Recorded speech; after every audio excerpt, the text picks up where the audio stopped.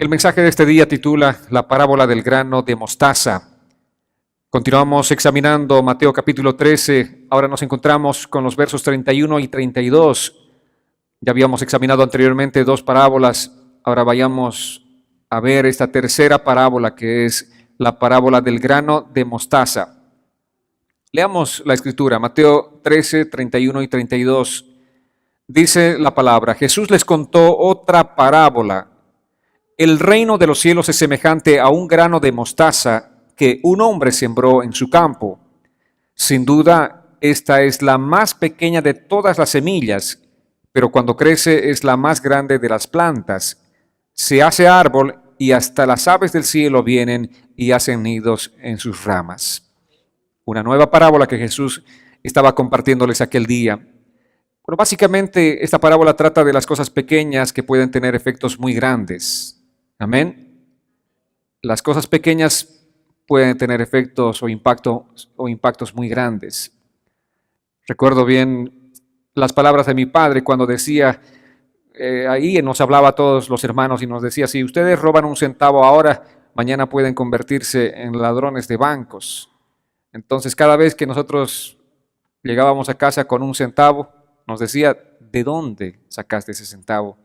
Y bueno, le decíamos: bueno, nos encontramos allí, estaba tirado esta moneda, estaba ahí en la calle. El dicho de él era: bueno, si encontraste de la calle, media vuelta, encuentra otra moneda, a ver si logras encontrar. Entonces era muy sigiloso de que nosotros, obviamente, no estemos desarrollando hábitos malos, ¿verdad? Hábitos inmorales. Por eso es importante que nosotros como padres no debamos tolerar en nuestros niños ninguna cosa pequeña que sea contraria a la buena moral. Si no corregimos ahora las faltas, mañana tendremos que enfrentar muchos problemas. Amén. No seamos tolerantes con las pequeñas faltas contra la moral de nuestros niños. Tenemos que corregir pronto. Si vemos algo, corrijamos pronto, ahora. Porque las cosas pequeñas van creciendo, se hacen grandes. Si tenemos identificadas esas situaciones problemáticas que son pequeñas ahora, corrijamos, no seamos negligentes. Y muchos padres sufrimos más adelante, ya con nuestros niños que son grandes o mayores, son jóvenes, sufrimos algunas consecuencias que son realmente difíciles de ir corrigiendo, porque a su debido tiempo no hemos sido lo suficientemente sensatos para identificar y corregir, no hemos sido lo suficientemente prudentes para corregir esas pequeñas faltas. Entonces, volvamos al contexto bíblico para entender el sentir de los discípulos cuando Jesús les estaba contando esta parábola. Los discípulos creían que Jesús era el Mesías, sabían en su corazón, tenían esa firmeza de la palabra en sus corazones, sabían que era el rey que provenía del linaje de David y que este rey establecería un reino, el reino que había prometido a David y a todos los judíos. Ahora, para los judíos el advenimiento de este reino vendría con gloria, vendría con mucha pompa y con mucho despliegue, un despliegue de gran poder. Eso es lo que los judíos aquel día, cuando Jesús estuvo en la tierra, estaban esperando. Para ellos eso implicaba: el Mesías viene con poder y gloria, y que habrían grandes cataclismos, y que el Mesías llegaría como un guerrero triunfante. ¿Para qué? Para castigar a los malhechores. Eso es lo que los judíos estaban esperando aquel día, cuando Jesús vino a este mundo. Pero no sucedió así. El rey de reyes, vino a este mundo y vino como un niño, un bebé indefenso. Para colmo de males, nació en Belén, en un pueblito que nadie le daba un quinto. Y nació en un establo, totalmente diferente a lo que ellos estaban esperando, totalmente diferente a las expectativas que tenía aquel pueblo. Por esta razón los mismos discípulos se preguntaban si Jesús realmente era el Mesías. Sabían, pero al mismo tiempo dudaban. Lucharon con esto a lo largo del tiempo. Caminaban con Jesús y seguían preguntándose: ¿será realmente Él el Mesías prometido? Obviamente Jesús les como conocía los corazones de ellos, sabía la mente, sabía exactamente lo que cada uno estaba pensando, les hablaba de que Él era el Mesías prometido. Una y otra vez les hablaba, les decía, yo soy el Mesías prometido, el Rey prometido. Pero la mente de ellos no podía aceptar que esto sea cierto. Luchaban internamente. Vayamos a Hechos capítulo 1, versos 6 y 7 para entender un poco este contexto. Dice, entonces los que estaban reunidos con él le preguntaron, Señor, ¿vas a devolverle a Israel el reino en este tiempo? Y él le respondió, no les toca a ustedes saber el tiempo ni el momento que son del dominio del Padre. Como les decía, ahí estaban los discípulos, estaban luchando con esto hasta el libro de los Hechos. Ya tenemos aquí a un Jesús resucitado que pronto ascenderá al cielo. Y ellos le hicieron esta pregunta, ¿traerás el reino en este tiempo? Realmente ellos no comprendieron la forma en la que Jesús vino al mundo porque sus expectativas eran muy diferentes a lo que ellos estaban viendo. Ellos habían leído a Ezequiel, por ejemplo, ellos habían leído a otros profetas del Antiguo Testamento, donde se señala que cuando el Señor venga, todos los que dieron la espalda al Señor serían fulminados por la ira del Señor, y que el reino vendría con gran poder. Pero los que rechazan a Jesús, el Rey, aquel día seguían en pie. Los que escupieron a Jesús seguían en pie. Los que se burlaron de Jesús seguían en pie. Parecían estar más fortalecidos, parecían estar triunfantes. Y esos discípulos estaban confundidos. ¿Qué es lo que está fallando? Algo no está cuadrando aquí. Y en lugar de que Jesús hablara de fulminarlos a ellos con su ira, Él comenzó a hablar de que ellos lo crucificarían. Imagínense, esperaban a un rey que venga y fulmina a todos los enemigos de los judíos. Pero este rey vino y dijo, me van a crucificar. Y eso no entraba en la mente de los judíos, no entraba en la mente de los discípulos. Para los judíos esto era realmente difícil de digerir. Ellos estaban esperando un reino de gloria, de poder, de majestad, de un asombro mundial. Un reino donde el que rechazaba a Jesús sería inmediatamente destruido por este gran rey. Pero ¿qué mensaje está presentando este rey? Un mensaje totalmente diferente. ¿Qué pasó? Algo estaba mal. O Jesús estaba mal o los judíos estaban mal. Obvio, los judíos habían interpretado mal las Escrituras, por eso no podían comprender cuál era la voluntad de Jesús. Porque Jesús dijo, yo he venido a hacer la voluntad de mi Padre. Amén. Sin embargo, los judíos no entendieron. Vayamos a Lucas capítulo 24, versos 25 al 27. Recordemos, este pasaje nos habla acerca ya de un Jesús resucitado, conversando con unos discípulos desconcertados después de la muerte de Jesús. Entonces Jesús se les aparece a ellos, empieza a compartir con ellos en esa caminata a Emaús. Entonces Jesús les dijo, ¡ay, insensatos! ¿Cómo es lento su corazón para creer todo lo que los profetas han dicho? ¿Acaso no era necesario que el Cristo padeciera estas cosas antes de entrar en su gloria? Y partiendo de Moisés y siguiendo por todos los profetas, comenzó a explicarles todos los pasajes de las Escrituras que hablaban de él. Amén. Jesús les había hablado una y otra vez, les había explicado, les había enseñado, pero todavía ellos no podían entender. Jesús fue crucificado. Después de su resurrección, Él se les presenta a sus discípulos. Como les decía, estos discípulos caminan totalmente desorientados porque ya no estaba más su maestro con ellos. Y dice que Jesús comenzó a explicarles, partiendo de Moisés, las Escrituras del Antiguo Testamento, todas las profecías, todas hablan de mí. Todas hablan acerca de esta circunstancia, todas hablan acerca de que esto acontecería. Sería necesario que el Hijo de Dios sea crucificado. Pero ¿por qué no entienden ustedes? Eso es lo que Jesús estaba explicándoles. Y esta expresión que aparece aquí, Jesús comenzó a explicarles. En el texto original dice que Jesús comenzó a interpretarles la Escritura. Amén. Jesús les interpretó a ellos. Ellos habían leído, habían estudiado la Escritura, pero habían entendido una cosa totalmente diferente. ¿A cuánto les pasa eso? Leen la Biblia, estudian la Biblia y de pronto entienden una cosa totalmente diferente de la que realmente es. Por eso es importante participar en nuestros estudios bíblicos. Amén.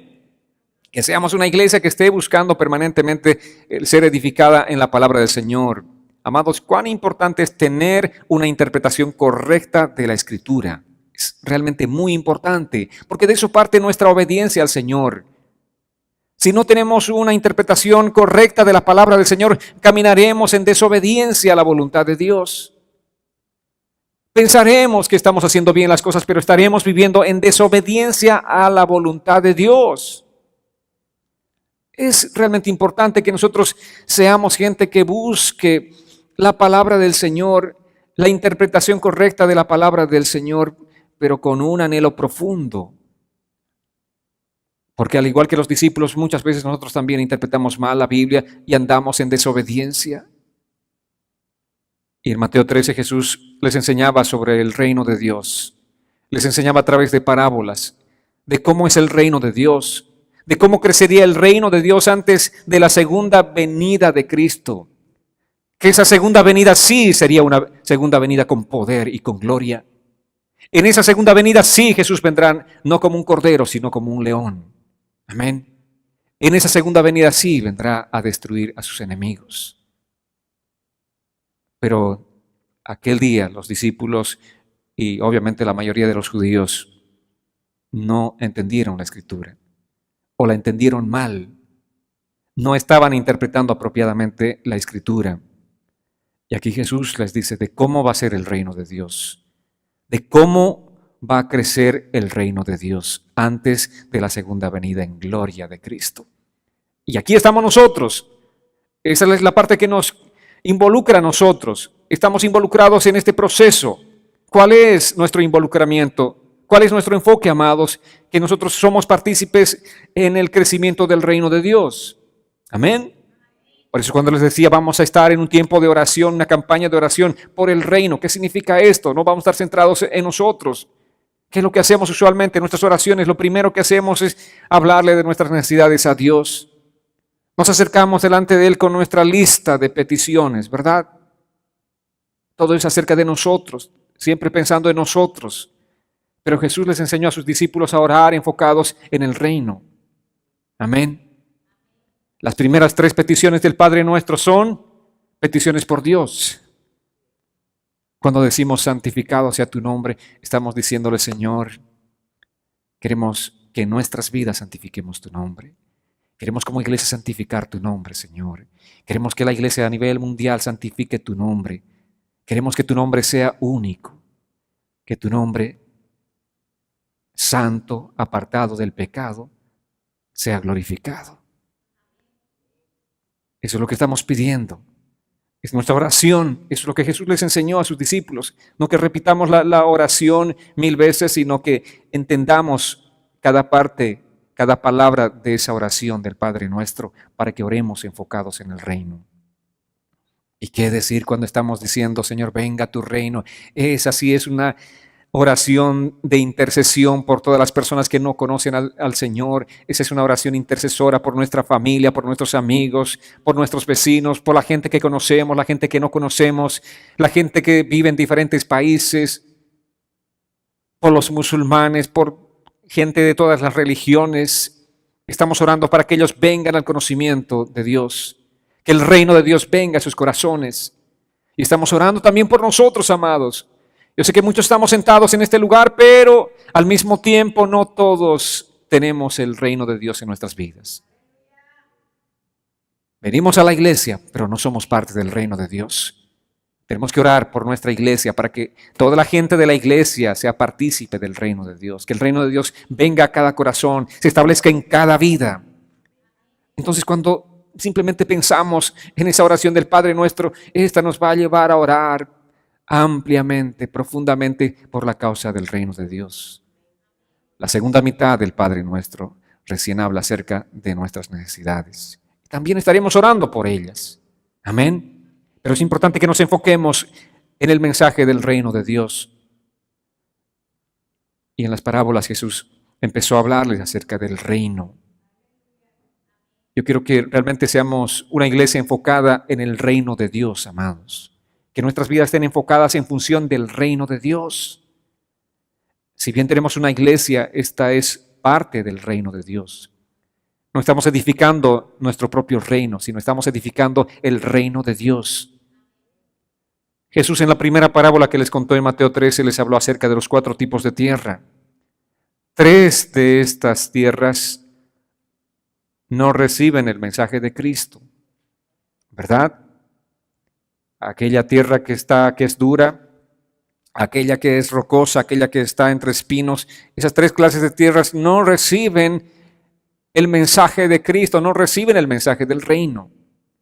Son gente que está, pero al mismo tiempo no está. Esto explica que la mayoría rechazará el reino de Dios. La pregunta inmediata de los discípulos obviamente era, ¿qué va a pasar con aquellos que rechacen el mensaje de Jesús? ¿Qué va a acontecer con esta gente? Y como discípulos decían, ¿qué vamos a hacer nosotros? ¿Cuál va a ser nuestro actuar? ¿Vamos a arrancar nosotros la cizaña? ¿Vamos a darles castigo a aquellas personas que rechacen el reino de Dios?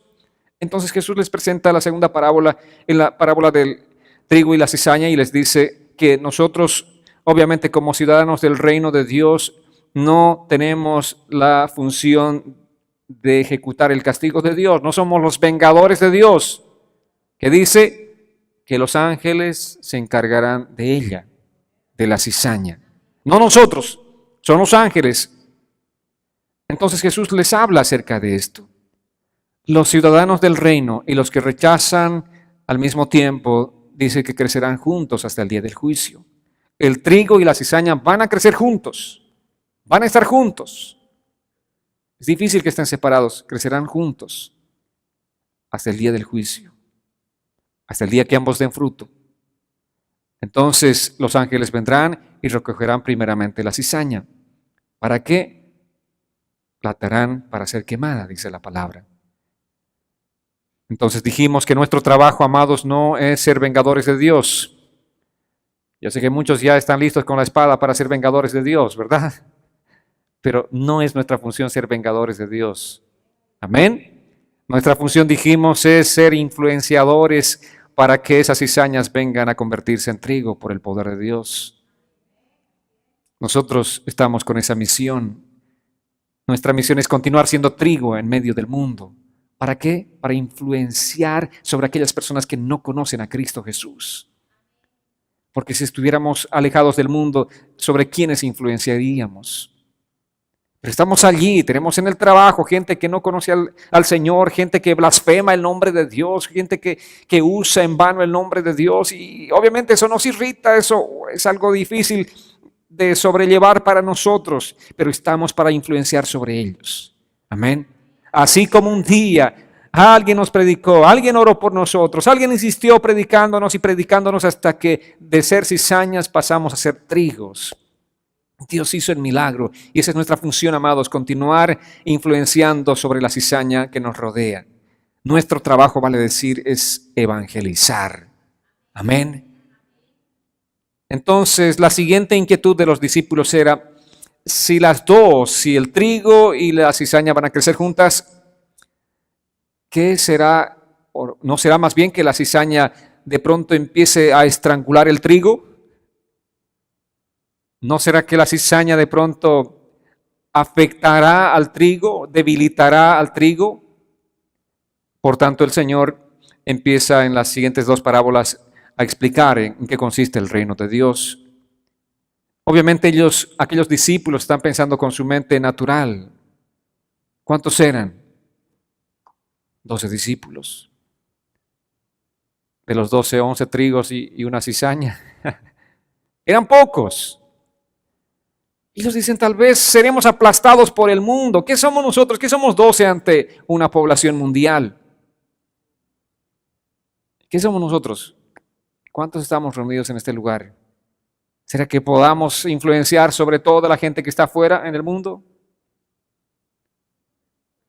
Uno dice, no, ellos nos van a comer, nos van a aplastar, nosotros no podemos contra ellos, ellos son muchos y nosotros somos pocos. Por eso Jesús les refiere esta y la siguiente parábola para que ellos sean alentados. Les habla acerca de cómo realmente es el reino de Dios y cómo va a crecer hasta alcanzar al mundo entero. No importa que empecemos muy pequeños, vamos a crecer. Es lo que Jesús les está hablando a aquellos discípulos aquel día. La pequeña semilla de mostaza llenará la tierra. Lo que comenzó siendo muy pequeño va a influenciar en gran manera al mundo entero. Y no les cabía en la mente todavía entender esto. Somos pocos, Señor. ¿Cómo es posible que lleguemos al mundo entero? Sin embargo, esa era la promesa del Señor. ¿Y qué podemos ver en este tiempo? ¿Estamos viviendo o no el cumplimiento de que la semilla de mostaza, que fue tan pequeñita, que empezó siendo tan pequeña, ahora está pero tan extendida en el mundo entero? Esa semilla que ha sido sembrada en el campo es el mundo. Ahora Jesús no les explica a sus discípulos estas dos parábolas. Ellos tampoco pidieron explicación, por lo menos no se menciona en este relato bíblico. ¿Verdad? Las anteriores dos, Jesús les habla de la parábola, ellos van y dicen, Señor, enséñanos qué significa esta parábola. Pero aquí vemos a los discípulos que no le dicen, explícanos. Obviamente, el Espíritu Santo es el gran maestro, el que se encarga de explicarnos a nosotros la palabra del Señor. Amén. La semilla de mostaza entonces describe el poder del reino de Dios. Hay un poder, es el poder del reino de Dios.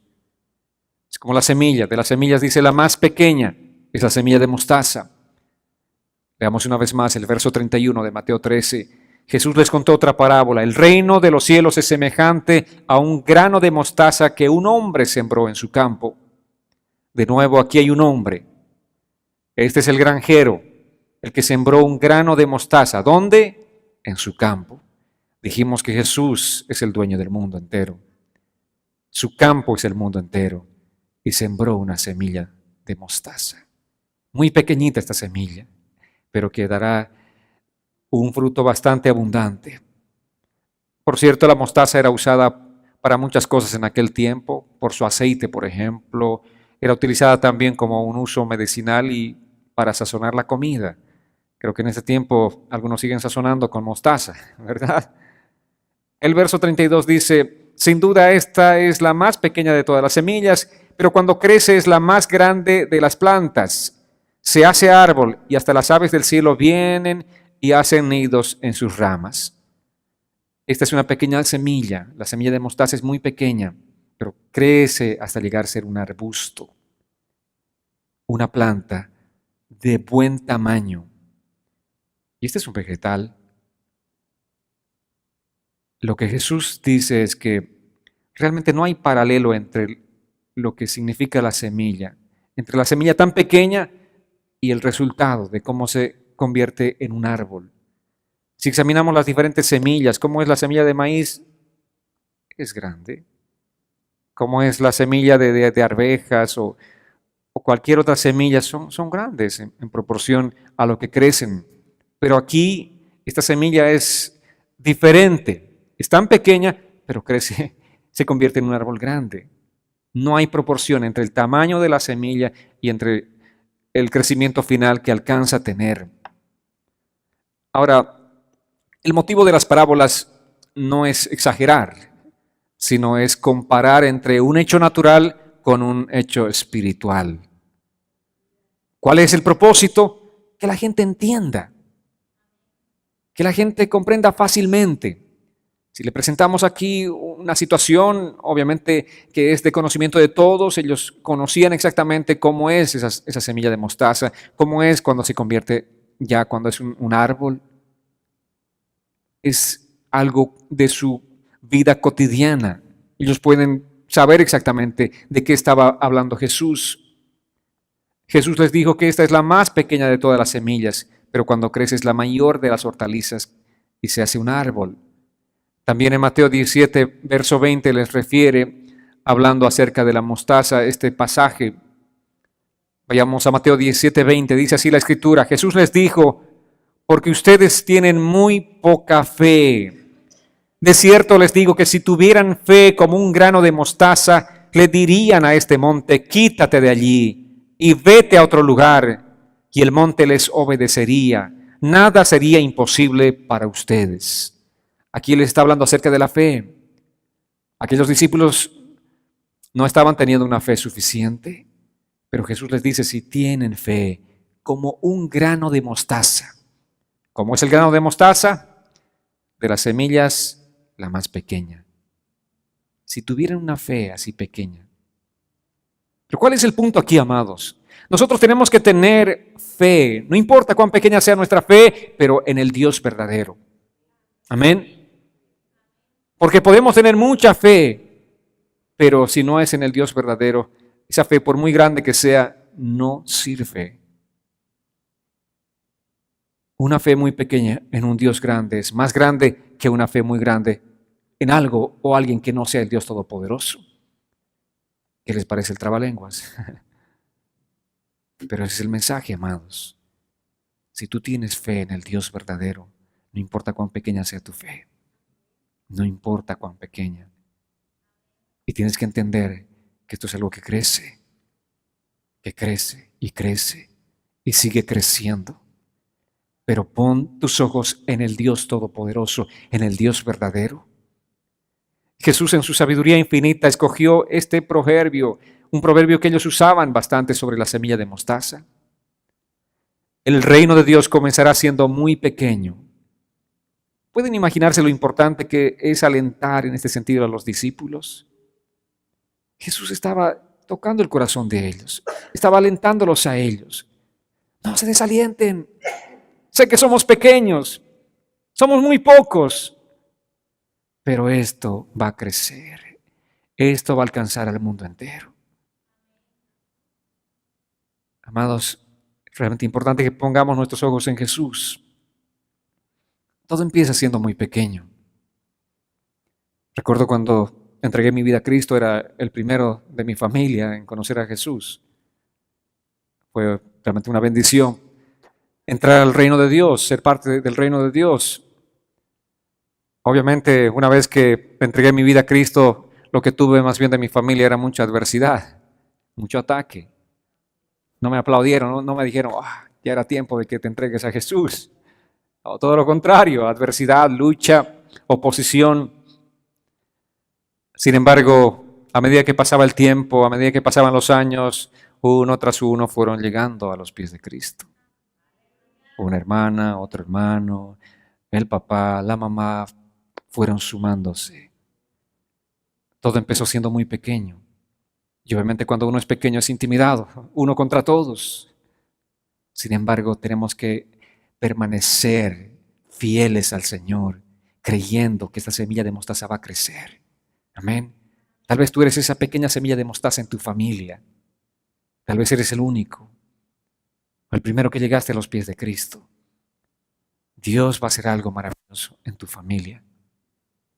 Esta semilla va a crecer. Tu familia va a ser alcanzada para el reino de Dios. Pero persevera. Eso es lo que Jesús estaba hablando a aquellos discípulos. Perseveren. Esto va a crecer. Va a crecer. Y obviamente Dios tenía un propósito, un plan. En nuestra mentecita natural no entra muchas veces la palabra del Señor. Pero Dios permite que pasemos por diferentes circunstancias para que vayamos realmente viviendo esta palabra. Para que vayamos viendo el cumplimiento de la palabra. Y así fue el reino, como fue creciendo. Y así será también, amados, en sus vidas, en su familia. No se desanimen, perseveren, persistan en su caminar en el Señor. Persistan siendo ese buen testimonio en su familia. Recuerdo, pasaron 6 años desde que me había convertido al Señor. Un día estuvimos predicando la palabra del Señor y en esa noche, recuerdo muy bien, por la gracias del Señor me tocó compartir la palabra, el mensaje, y en ese auditorio donde estaba compartiendo, los vi en última fila a mis papás, a mi papá y mi mamá. Y al final hice un llamado a quienes quieren entregar sus vidas a Cristo. Habían pasado 6 años de mi conversión. Hasta aquel entonces, y por el pasillo caminaron 2 personitas tomadas de la mano. Eran papá y mamá quienes estaban viniendo al frente. Y obviamente mi corazón estaba palpitando de gozo, de alegría, ¿no? Qué privilegio tan grande que el Señor me estaba dando aquella noche, de predicarles, presentarles el Evangelio y yo mismo tener que orar por ellos para que ellos rindan sus vidas a Cristo. Y lo primero que hace mi papá al acercarse allí al frente donde estaba yo esperando por la gente que iba a responder entregando sus vidas a Cristo, era: te vi 6 años. Se me susurró a los oídos, me dijo: te vi 6 años. Esperé 6 años para ver si tu cristianismo era consistente o no era consistente. Si lo que hablabas y lo que predicabas era de acuerdo a la realidad de tu vida o no era. Te vi, te estuve observando, me dijo, y vi que esto es real, así que yo también quiero entregar mi vida a Cristo. Amados, tenemos que entender esto. La gente alrededor, como dice la palabra, tenemos muchos testigos. La gente no solamente te está escuchando, pero la gente te está viendo. Nosotros no solamente predicamos el Evangelio de boca, pero más poderosamente con nuestro testimonio, nuestros hechos, nuestras acciones, nuestras palabras. Estamos predicando así la palabra del Señor. ¿Y los nuestros? ¿Quiénes son los principales observadores de nuestro testimonio cristiano? Son los que están cerca de nosotros. Son los hijos, son los padres, son los hermanos, son los primos. Están observándonos. Amén. Te están observando. No te digo esto para intimidarte, pero también te digo para que estés alerta, para que pidas la fortaleza del Señor, para que todos los días pidas la sabiduría de Dios. Porque no es con nuestra fuerza, no es con nuestra sabiduría, sino con la sabiduría y la gracia de Dios. Solamente así podemos dar nosotros un testimonio cabal, un testimonio que realmente glorifique a Cristo. El grupo de los discípulos aquel día era muy pequeño. Ellos pensaban que se sentirían abrumados por la opresión, por el rechazo y la blasfemia de la gente, toda aquella gente que no era creyente en Dios. Ellos seguramente pensaban: somos simplemente un puñado contra el mundo entero. ¿Qué vamos a hacer contra el mundo entero? Y Jesús empieza a alentarles, les dice: tengan fe, porque el reino de Dios crecerá. Hoy es esta semilla, hoy es este grano de mostaza, pero va a crecer. Todo comienza a partir de algo muy pequeño. Amados, todo empieza siendo muy pequeño. Como iglesia somos una iglesia pequeña, pero tengamos fe en el Señor. Amén. Y hagamos nuestra parte de sembrar la palabra, de predicar el Evangelio, y esto va a crecer, amados. Confiemos en el Señor. Dice la palabra que Él da el crecimiento a su iglesia. Amén. Él da el crecimiento. Vayamos a Lucas capítulo 17, versos 20 y 21. Cuando los fariseos le preguntaron cuándo había de venir el reino de Dios, Él les respondió: el reino de Dios no vendrá con advertencia, ni se dirá aquí está o allí está, porque el reino de Dios está entre ustedes. Jesús les decía a sus discípulos: el reino de Dios ya está entre ustedes. Mucha gente decía: ¿y cuándo va a venir el reino de Dios? El rey estaba con ellos, por tanto el reino de Dios estaba en medio de ellos. Ya está entre ustedes. No lo ven, es una pequeña semilla de mostaza, por supuesto. Y muchos de ustedes necesitan unos buenos lentes para poder ver una semilla de mostaza. Están un poco ciegos, y estaban obviamente muy ciegos espiritualmente. No podían ver esa pequeña semilla de mostaza, pero que estaba entre ellos. ¿Cuándo va a venir el reino? Y el reino estaba en medio de ellos. No podían distinguir porque era una pequeña semillita. Pero esa semilla pronto comenzaría a germinar, luego a crecer y seguir creciendo. No la pueden ver. Así es como cuando ustedes plantan una semilla en el suelo. ¿Qué pasa con la semilla? Está bajo la tierra, está debajo. Y no podemos verla, sin embargo, algo poderoso está pasando debajo de esa tierra. Pronto va a germinar la planta, pronto tendremos una plantita luego produciendo frutos. Amados, en esto consiste el reino de Dios. Esta es una verdad maravillosa, es un misterio maravilloso, un misterio revelado. Cuando Jesús ascendió al cielo, dice la palabra que 120 eran los discípulos que él había dejado. 120 discípulos estaban ahí orando en el aposento alto. 120 estaban reunidos allí, siguiendo el mandato de Jesús de esperar el advenimiento del Espíritu Santo. 120 fieles discípulos del Señor. Solo 120. Pero ¿cuál es la realidad? ¿Qué es lo que va a acontecer antes de la venida de Cristo? ¿Cuántos van a ser? De 120, esta semillita de mostaza, ¿en cuánto se multiplicará? Veamos el contexto bíblico. Vayamos a Apocalipsis capítulo 7, versos 9 al 10. Dice la Escritura: después de esto vi aparecer una gran multitud compuesta de todas las naciones, tribus, pueblos y lenguas. Era imposible saber su número. Estaban de pie ante el trono en presencia del Cordero y vestían ropas blancas, en sus manos llevaban ramas de palma y a grandes voces gritaban: la salvación proviene de nuestro Dios que está sentado en el trono y del Cordero. Aquí está el resultado. 120. Ahora son una multitud compuesta de todas las naciones, tribus, pueblos y lenguas. ¿Y qué dice la palabra? Su número imposible de contar, porque son millares de millares. Allí está el fruto, amados. Allí, así es como creció esta semilla de mostaza. Siendo tan pequeñita, ahora vemos cuán multiplicada está. Y Apocalipsis capítulo 11, verso 15 dice: cuando el séptimo ángel tocó su trompeta, se oyeron fuertes voces en el cielo que decían: los reinos del mundo han llegado a ser de nuestro Señor y de su Cristo, y Él reinará por los siglos de los siglos. Los reinos del mundo. Esta parábola, amados, nos lleva hasta el milenio, hasta la plenitud del crecimiento definitivo del reino de Dios. Si bien Cristo vino como un cordero, Él fue escupido por la gente, menospreciado por la gente, se burlaron de Él, finalmente lo crucificaron. Y la gente judía estaba desesperanzada. Si Él era el Mesías, murió. No hay esperanza para nosotros. Fue crucificado nuestro Mesías. ¿Qué esperanza podemos tener? No estaban interpretando bien.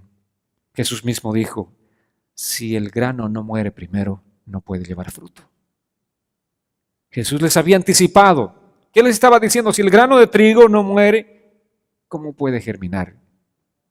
¿Qué es lo que hace ese grano cuando está debajo de la tierra? Tiene que morir para vivir. Amén. Tiene que morir. Y eso es también lo que nos compete a nosotros, amados. Si no morimos a nuestro yo, si no morimos a nuestro ego, si no morimos a nuestra propia naturaleza, no podremos vivir para glorificar a Dios. No podemos germinar como esa planta que dé fruto abundante. Yo sé que muchos están allí como un granito, no dan fruto porque todavía no han muerto, porque todavía no han rendido sus vidas totalmente a Cristo. Siguen siendo granos, vienen a la iglesia durante mucho tiempo, siguen siendo granitos de trigo, pero tiene que morir ese grano para que dé fruto, tiene que morir para que germine. Tenemos que morir a nosotros mismos para que Cristo viva en nuestro corazón. Amén, amados.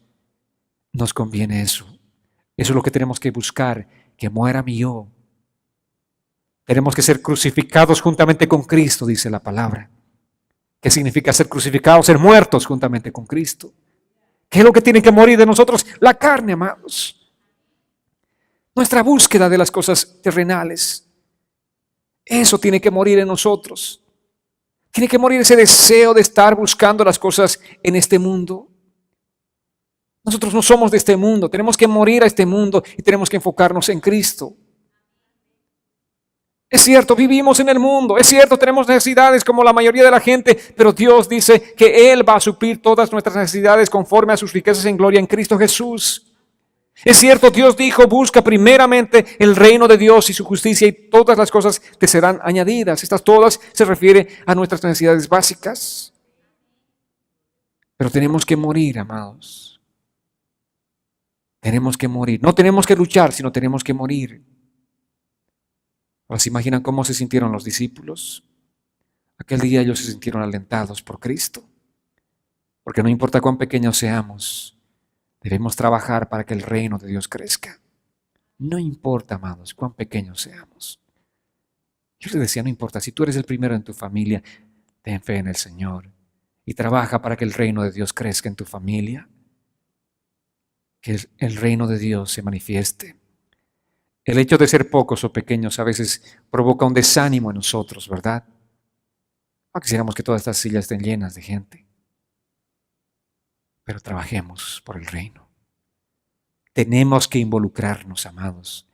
Esto es algo que nos compete a todos. Esta es una carga que todos tenemos que llevar. Tenemos que estar orando. Ya les dije, estaremos enfocados en nuestra oración, la oración por el reino. Y entre eso será, Señor, que todas estas sillas sean llenadas por gente que venga a recibir tu palabra. Que gente que sea atraída hacia tu reino. Vamos a orar para que el reino de Dios llegue a esas personas. Y vamos a trabajar consistentemente en esto, amados. Todos somos partícipes de esto. Somos partícipes del reino de Dios porque somos miembros del reino de Dios. Y tenemos que trabajar para el reino de Dios. Jesús decía que hagamos tesoros en el cielo. ¿Qué significa eso? Que no estemos enfocados en las cosas de este mundo. Que nuestra principal preocupación no sea por las cosas de este mundo. Yo sé que tenemos preocupaciones, pero que no sea la principal. Que la principal sea construir el reino de Dios. ¿Y cómo construimos el reino de Dios? ¿Cuál es mi parte, pastor? Usted dirá. Su parte es predicar el evangelio a alguien. Su parte es sembrar la semilla de la palabra del Señor, para que esa persona venga y sea parte del reino de Dios. Cuando alguien le entrega su corazón, su vida totalmente a Cristo, cuando alguien se rinde completamente a Cristo, esa persona viene a ser parte del reino de Dios. Y una persona que se entrega a Cristo y otra, y el reino va creciendo y va creciendo y va extendiéndose más y más. Empezó siendo muy pequeña, una semillita de mostaza, pero fue creciendo. Y ese es el propósito, amados, esa es nuestra misión. Nuestra meta como iglesia es que el reino de Dios pueda extenderse cada día más y más. Nuestra meta no solamente es ser una iglesia grande. Es lindo, ¿verdad?, que seamos más personas, pero nuestra meta es que el reino de Dios crezca. Que el gobierno de Dios crezca en medio de nosotros. Esa es nuestra meta. El reino de Dios en la tierra entonces empezó siendo muy pequeño. Primero fueron 12. Aquellos hombres llamados a seguirle a Jesús, luego fueron 120 y ahora son millares, son millones a lo largo y ancho del mundo entero. Son millones que así como tú y yo están buscando al Señor. Son millones así como tú y yo están adorando al Señor. Son millones así como tú y yo están poniendo su corazón en Cristo y están predicando el Evangelio y continúan y no cesan de predicar el Evangelio y perseveran allí pese a las circunstancias adversas que están atravesando. Porque aquí les diré, amados, somos muy bendecidos. Tenemos muchas ventajas de predicar el Evangelio abiertamente, pero hay lugares donde arriesgan su propia vida para predicarle el Evangelio a alguien y así mismo lo hacen porque saben que el reino de Dios tiene que crecer. Amén. Y saben que solamente el reino de Dios va a crecer predicando el Evangelio. Así es como nosotros tenemos que comprometernos con el Señor por esta causa, amados, por su causa. Somos ciudadanos del reino de Dios. Vivamos para hacer crecer este reino. Amén. ¿Cuántos se comprometen con el Señor? ¿Cuántos van a predicar el Evangelio de manera consistente? ¿Cuántos van a sembrar esta semilla de la palabra en los corazones de las personas? ¿Cuántos van a traer a alguien más a este lugar para que venga y reciba el mensaje de la palabra del Señor? Amados, no estemos enfocados en nosotros solamente. Por un momento, empecemos a ver a nuestro alrededor y veamos cuánta gente realmente está necesitando de Dios. Vivamos intencionalmente por la causa de Dios, amados. Si alguien no puede venir a la iglesia, ¿por qué no decimos, yo paso a recogerte a ti? Yo sé que la gente encuentra muchos motivos para no venir. Ustedes pueden decir, no te preocupes, yo paso a recogerte. Eso significa vivir intencionalmente por una causa. Pero a veces solamente pensamos en nosotros y no estamos pensando en la necesidad de las personas. No estamos pensando en que esta es una obra a la que Dios nos ha llamado a todos, a cada uno de nosotros, y somos todos responsables de hacer crecer el reino de Dios. Todos somos responsables de esto, amados. Amén. Así que realmente levantémonos, pongámonos en pie como buenos soldados, como buenos obreros del Señor, y hagamos suceder las cosas para que el reino de Dios crezca. ¿Cuántos quieren comprometerse con esta causa este día? Quiero invitarles a que se pongan en pie. Vamos a orar.